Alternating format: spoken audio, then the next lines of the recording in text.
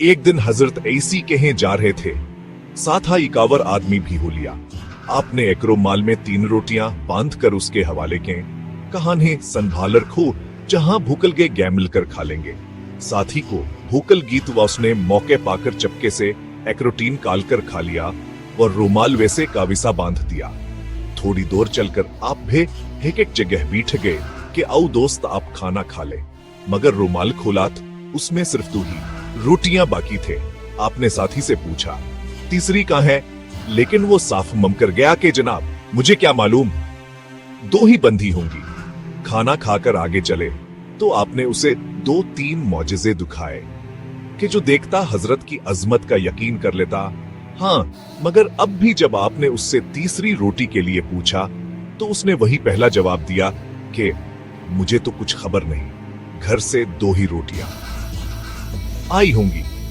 इतने में चलते चलते आप एक ऐसी जगह पहुंच गए जहां सोने की 3 एंटें रखी थी।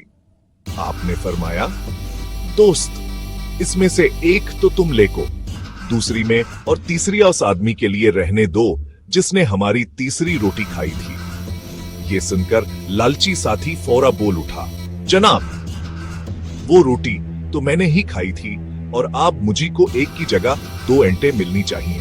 आपने फरमाया, दोस्त मुझे इनकी बाल कल जरूरत नहीं, तीनों की तीनों तुम्हारा माल है। ये कहकर आप तो वहां से चले आए और वह लालची आइंटों के लिए सोचने लगा, कौन है किसी तरह ले जाऊं और कहां छुपाऊं। इतने में 3 भूखे चोर भी किसी तरफ से आंकले और उन्होंने सोने की आइंटे एक कमजोर आदमी के पास देखकर उस युवक से जान से मार दिया। ये तीनों पूर्व भूख से बेताब हो रहे थे।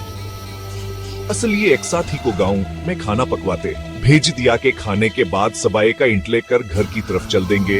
उबलतफिया हुआ कान में से जो आदमी खाना पकवाने गया था, रास्ते में उसकी नीयत बदल गया और वह खाने में जहर मिलाकर ले आया कि जब खाना खाकर यह दोनों मर जाएंगे तो मैं अकेला ही तीनों इंटें संभाल लूंगा।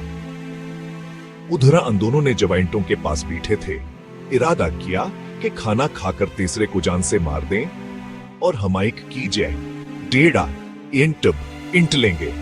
पनाज हिजब तईरा आदमी खाना ले आया और दोनों ने पेट भरकर खा लिया। उन्होंने कोई झगड़ा निकाल कर लाने वाले को जान से मार डाला। हाँ, फिर जरा सी देर में जहर के असर से खुद भेमर कर वह ढेर हो गए।